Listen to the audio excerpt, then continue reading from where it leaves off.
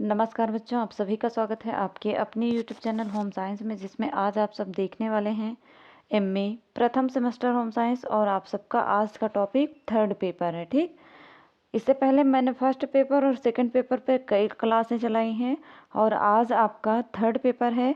Third paper क्या है आपका एमए फर्स्ट सेमेस्टर में? आपका थर्ड पेपर है बच्चों शिशु। याद रखना, पेपर का नाम पता होना चाहिए।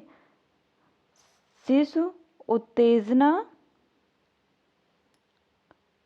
शिशु उत्तेजना कार्यक्रम। ठीक, ये आपका थर्ड पेपर है।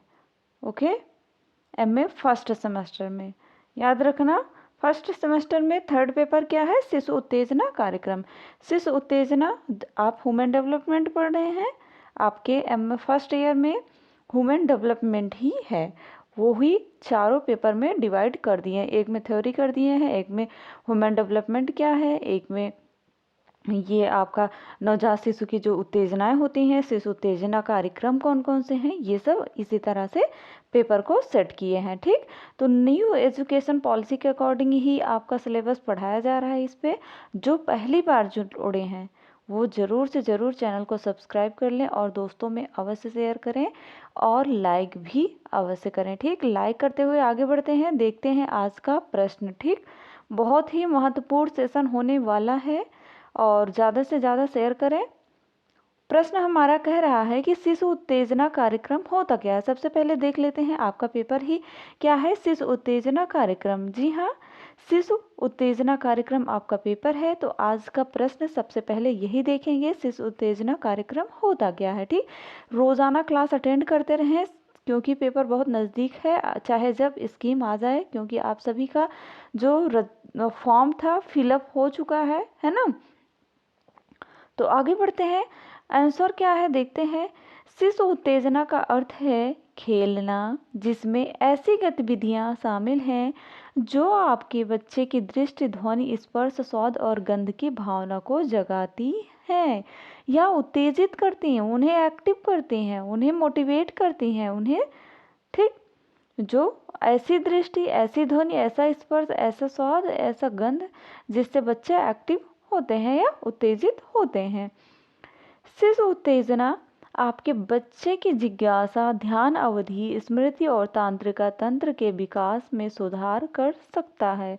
और वहीं उच्च जोखिम, संदिग्ध, विकासात्मक देरी या विलंबित मील के पत्थर वाले बच्चों के लिए संज्ञानात्मक और मोटर विकास दोनों क्षेत्रों को संबोधित करने के लिए शिशु उत्तेजना थेरेपी कार्यक्रम विकसित किया जाता। मोटर विकास जानते हो किसे कहते हैं?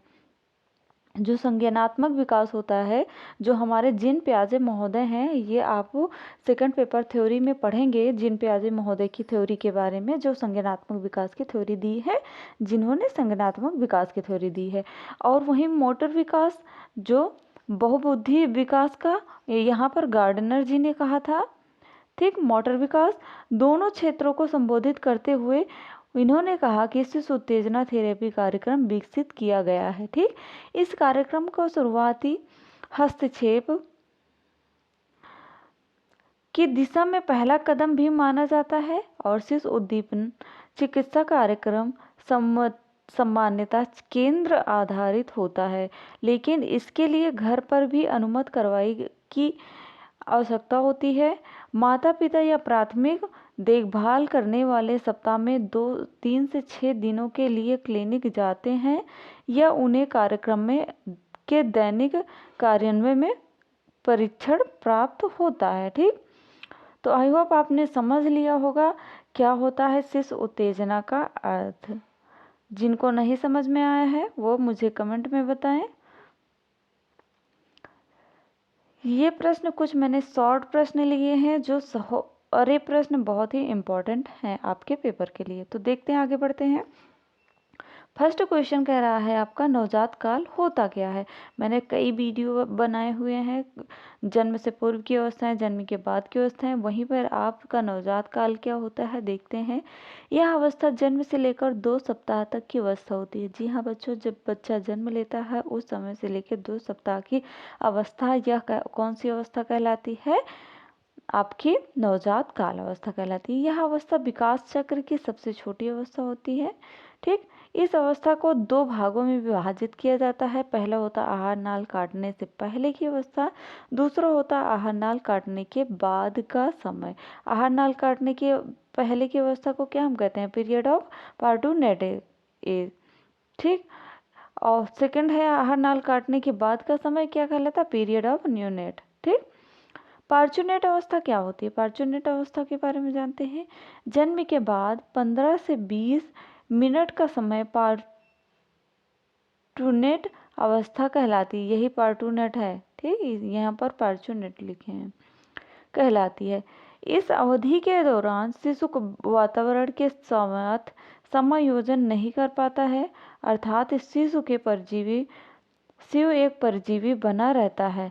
जब तक उसकी गर्भनाल को काट कर बांध दिया नहीं जाता है, तब तक शिशु क्या होता है? एक परजीवी बना रहता है, अपने माता के ऊपर ही डिपेंड रहता है। नियोनेट अवस्था क्या है? गर्भनाल के काटने के बाद से लेकर 2 सप्ताह तक की अवधि को ही नियोनेट अवस्था कहा जाता है। ठीक, गर्भनाल काटते ही शिशु स्वतंत्र जीव बन जाता है और अपने वातावरण के प्रति प्रतिक्रिया करना आरंभ कर देता है। उसके बाद आता है सेकंड है शिशुकाल अवस्था, जिसे हम फेटस स्टेज कहते हैं।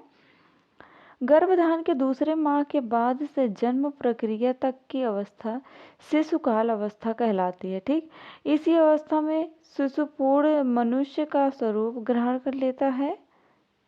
ठीक है,